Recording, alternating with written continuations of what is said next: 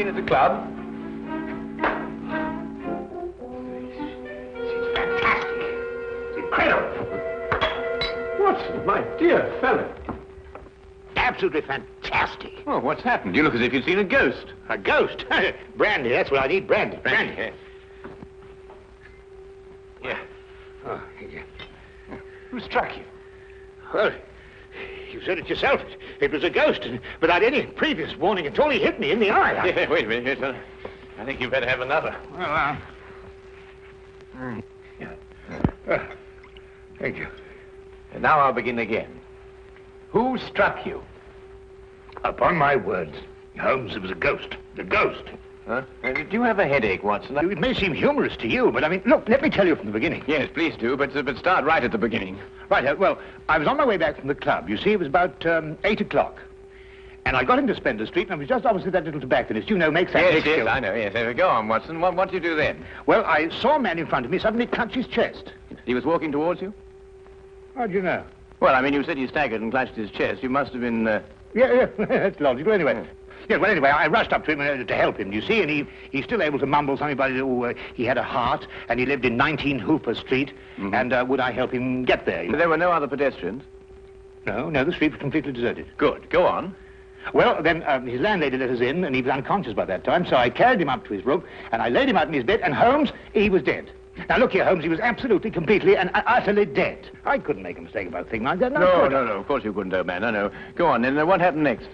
Well, then I told the landlady rather said to me that she'd call the authorities, you see, and I left my name with her just in case, you know, they'd want me. And then, well, I thought it would be rather more delicate if I left, you see. I mean, he must have relations. Yes, it's quite right, Watson. The most delicate situation. Yeah. What was the man's name? Higgins. Albert Higgins. Uh-huh, I see. And what did you do after you left the house? Well, you see, it had been a bit of an effort, you know, carrying him up like that, so I got down the stairs and popped across the road into a pub and had a pint. And then I started off back to the flat, you see. Well, I just turned the corner into Splendor Street, and there was Higgins, Albert Higgins? Yeah, just face to face with me. He really was large as life. We stood looking at each other for a minute, then he lashed out and hit me in the eye. And then really, Holmes, he vanished. Vanished? Yes, into the blue. Well, he ran away? Well, the street was rather ill-lit, you know, and it took me a minute or two to pull myself together. And then I don't know whether he ran away or not, but he vanished. Well, that's most unusual. Most. Did you speak to this ghost? Well, I may have said, good gracious, Higgins, or by Jove, Higgins, or even good heavens, Higgins. Oh, yes, perfectly natural, Watson. Describe Higgins to me. Well, he's 50-ish. Sandy-haired, medium build. Well, is that all you observed? No characteristics? Well, now, really, Holmes, when I had the chance of examining him on the bed, the most obvious characteristic was he was dead. Yes, but how was he dressed? Green tweed suit. What, just wearing a green tweed suit? He must have been wearing something more than that in this weather. Oh, no, he had a big floppy hat and a long overcoat. Ah. Oh, and something else. Yes, I did notice something else. He limped. Aha. And was he carrying a cane? No cane. Well, is there anything else, Watson? Think hard. Oh, yes, I remember something now. What? Yes, the second time I saw him, he was carrying a package. But the first time, he didn't have one. Now this is curious. Very curious. Where are you going, Holmes? Not me. We. I'm in no condition to leave the house. And a morsel of raw beef will immeasurably improve your appearance. And then what? Then we shall do our best to track down the belligerent ghost of Albert Higgins. Fascinating idea, don't you think? Well, the whole thing's been most unnerving, you know. I mean, it knocks the wind out of the chap, yes. Oh, really, no.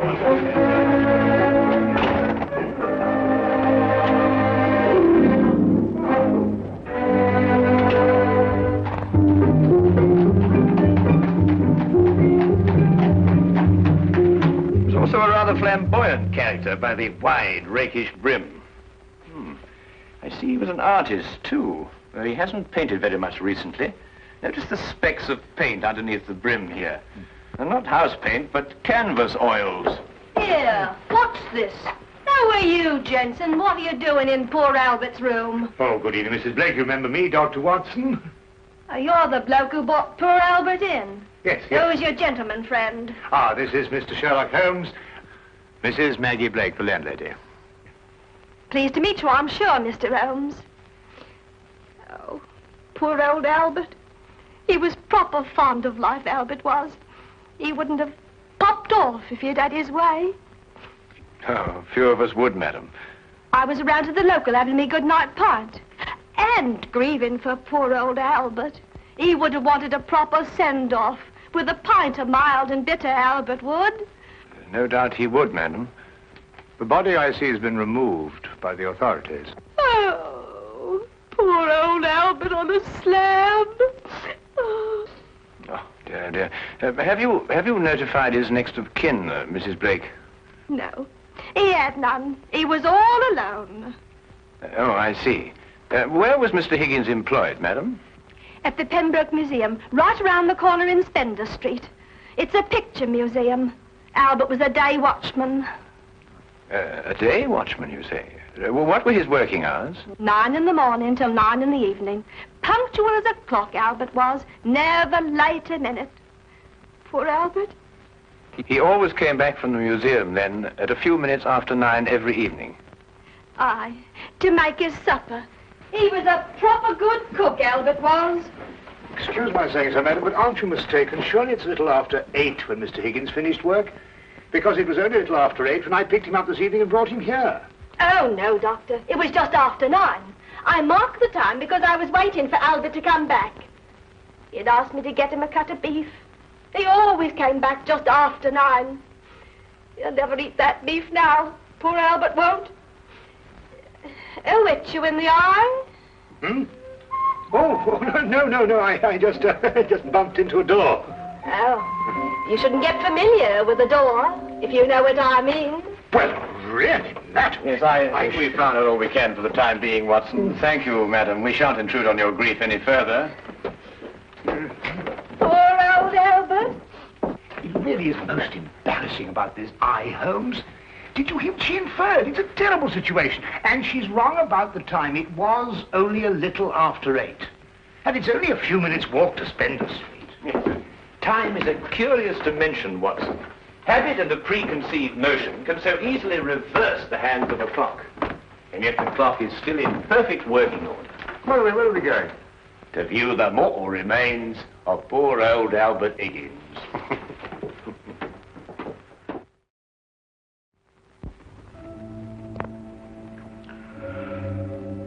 Well, there he is, Mr. Holmes.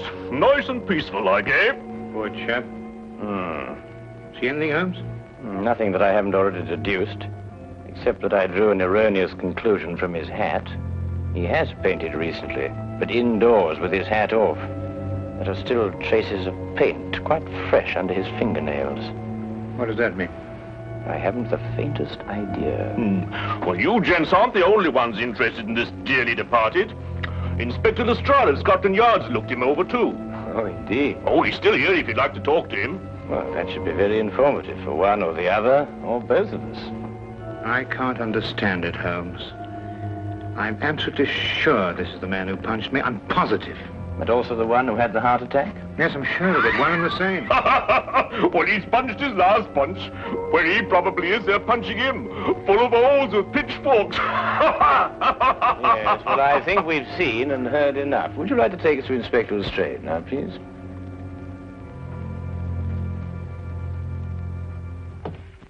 Ah, hello, Inspector. Oh, Mr. Holmes, I'm surprised to see you here. Now, this is one case you can't make anything queer out of. Oh, then why, my dear Inspector Lestrade, are you here?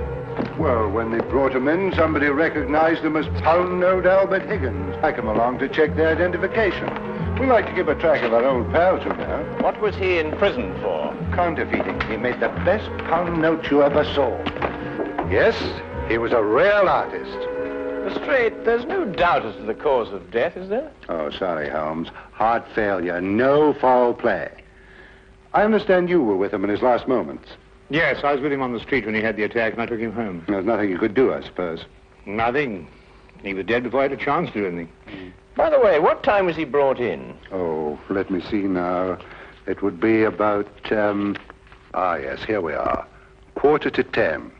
Higgins' landlady notified Constable Smithers at 9:30. Smithers had them remove the body in a matter of minutes. Inspector, are you sure it was 9:30 and not 8:30? No, 9:30. It's right here in Smithers' report. Why? Oh, no, it's nothing at all. You're quite sure, Lestrade, there's nothing more to this than a simple case of natural causes? Ah, no, there's no mystery at all. No mystery, Mr. Holmes. What happened to your eye, Dr. Watson? Oh, I bumped into a door. A door? Oh, well, that's a new one anyway. Was it a pretty door? No, really, Lestrade. That's all right, Watson. I won't tell a soul. Well, really, this is insufferable, Holmes. Nobody believes me. Well, why did you tell them the truth? What, that I was punched by a ghost? Yes, I see what you mean. We may have to take on this case anyway, if only to protect your honor and reputation. Well, it's intolerable, Holmes. Absolutely intolerable.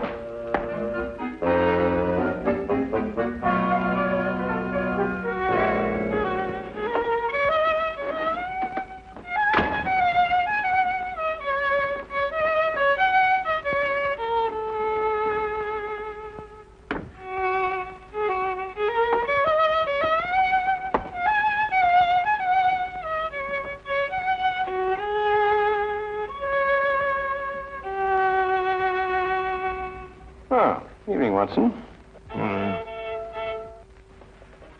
Anything wrong? No, nothing. Of course not, everything. Oh, you're sure you're not brooding over last night's affair, are you? Of course I'm not. Don't be so ridiculous. Oh, come on, out with it, man. Well, No, there's nothing to come out with. I don't know what you're talking about. Oh, come on, Watson, there's something on your mind. Well, Gosh, you'd never believe it. Nobody'd believe it. Well? Well, I met Albert Higgins in Spender Street again, tonight. And he punched you again? He pulled my nose! Really? It's very interesting, Watson.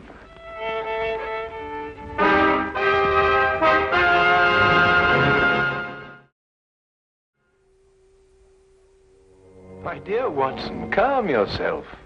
Look here, Holmes, this whole Higgins affair's gone too far. First of all, last night and now tonight. Calm yourself, Watson, and relate.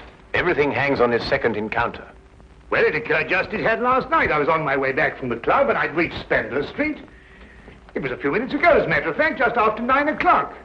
I'd stayed rather later in the club than usual. There was a chap from Afghanistan. They was awfully interesting. Yes, Watson. Get on with your story. Well, I was rather preoccupied, as you know. This affair's cut me up, rather, and although I may not show it. Anyway, I was walking along. I suddenly looked up, and there was the pedestrian, a man a few feet from me. Walking towards you? Oh, yes. Of course, I didn't recognize him straight away for, you-know-who. Anyway, I sidestepped him past, and he sidestepped to let me pass, and then we sort of zigzagged about a bit, you know what it is on the street, and ended up by bumping into each other. Now, that's when you recognized Albert Higgins? But it was Higgins. I couldn't be mistaken. Good heavens, man, I know him like my own brother. Dressed as he was last night? Exactly. And what did he do then? Well, as I told you, then he put out his hand, and he... Well, yes, we'll go into that. And then he was gone, vanished. Capital, Watson, capital. Everything begins to fall into place. Now, there's one more question. Was he carrying a package? Well, yes, he was, just like last time. I say, Holmes, do you believe, What? the supernatural? Ghosts, do you mean? Sounds silly, I know, but, Higgins did die of a heart attack. There was no foul play. No foul play? Why, the whole affair reeks of foul play. I can tell you, Watson, I haven't been idle today.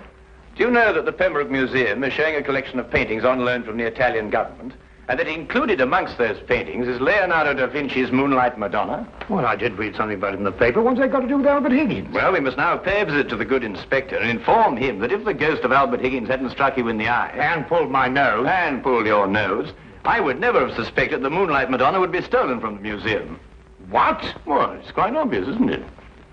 Well, of course.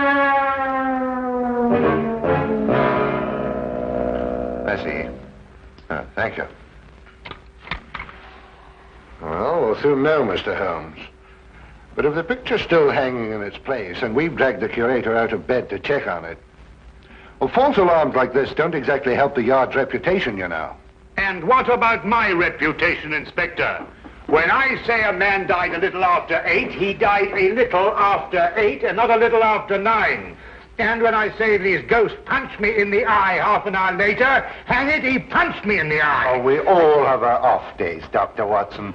To err is human, as the poets say. And furthermore, if I tell you that I bumped into this chap's ghost again tonight, you didn't tell me about any second meeting. Oh, didn't I? Well, nothing. An hallucination, that's what you had, Dr. Watson. Yes, it's, psychological. That's the thing in crime today, psychology. I've been studying it, you know. You astonish me, Inspector. Oh, we're not as backwards as you think, Holmes. No, we like to keep abreast of the times. Though I don't mind admitting I don't think the psychology's got much of a future. Oh, come in. Ah, Hawkins, you saw the curator? Oh, yes, sir. I called him, Mr. Bentham, as you instructed, sir. He was quite excited when I told him this picture called the Moonlight Madonna had been stolen. And so we rushed around the corner to the museum. And? Well, sir, the picture was there, hanging in its proper place. Good night, sir.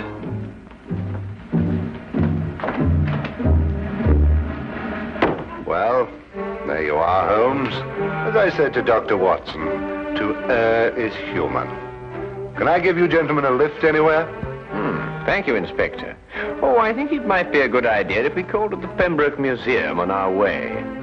But you heard what Hawkins said. The picture was hanging in its proper place. My dear Lestrade, Hawkins' statement merely proves that what he and the curator saw was not the Moonlight Madonna at all. Merely an excellent forgery.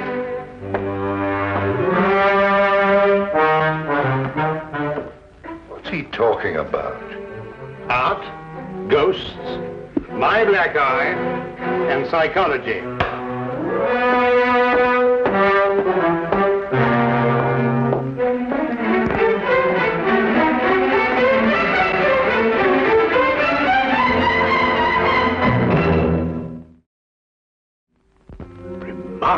Remarkable.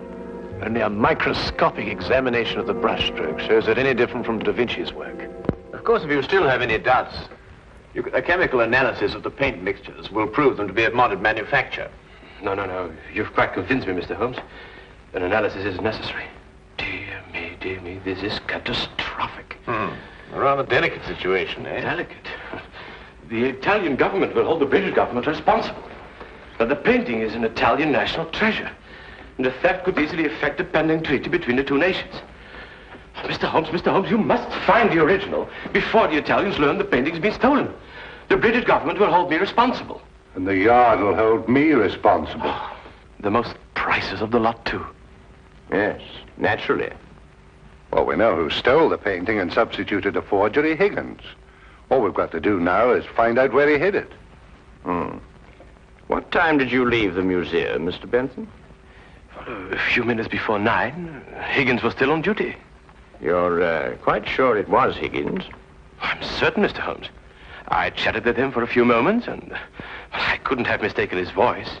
And the night watchman relieved him at 9. Well, you heard him say that, Mr. Holmes, and that he had a package with him when he left. The night watchman swears up hill and down dale it was Higgins, all right. Well, the matter seems to resolve itself very nicely, doesn't it? Dr. Watson was punched by Higgins a few minutes after 9. The night watchman saw him leave at 9. And you spoke to him a few minutes before 9. Look, Holmes, why don't you and Dr. Watson go home and have a good night's rest? From now on, it's nothing but plain, ordinary, simple police work. Nothing you could use a magnifying glass on. True. True, Inspector. Well, good evening, gentlemen. Yes, well, good night, gentlemen.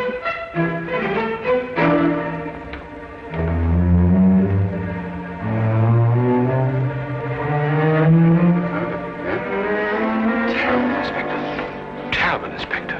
Terrible. What do we do now? Interesting affair, eh, Watson? Look, I don't care what anybody says. It was after 8 when Higgins punched me. Well, has it occurred to you that if Higgins didn't punch you, who had the heart attack? Well, now look here, Holmes, Oh, confound it, for all I know, it was Higgins who punched me and his ghost had the heart attack. Come on, Watson.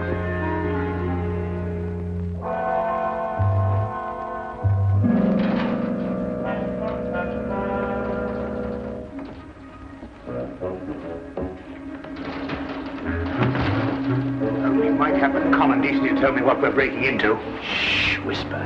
Well, I am whispering. Oh, now, quiet, Watson. Look here, we broke into the rear of the museum because if so, Holmes, really I don't know what's going to happen to us.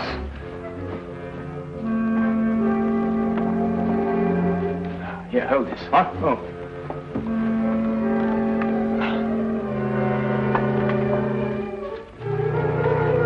Holmes, this is sheer vandalism. Yes, well, then there must be a bit of a vandal in us all. Holmes, what are you doing? This is wanton destruction. I've never seen anything like this in my life. I forbid you to.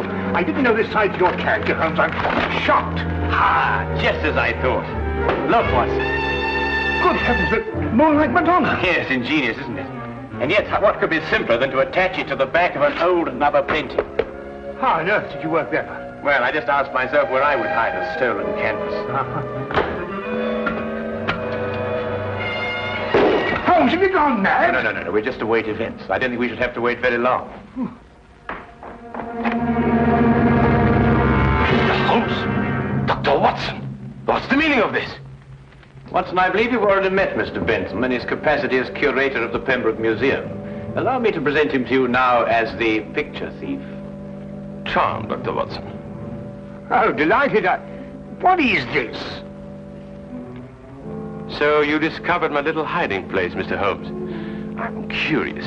How did you know it was I and not the late lamented Higgins? Yes, I believe Dr. Watson's story from the first. If Higgins died at a little after 8, it must have been someone else who struck him a little after 9. But it was Higgins who punched me home. Don't know, Watson. It was a limp, a wide, floppy hat, and an exceedingly long overcoat that punched you. Seen in a dimly lit street. A psychological misidentification, as the good inspector would call it. The night watchman was also a victim of the same illusion. And what about the landlady? How much did you have to pay her to set back the time of death by an hour, Mr. Bentham? Oh, not much, Mr. Holmes.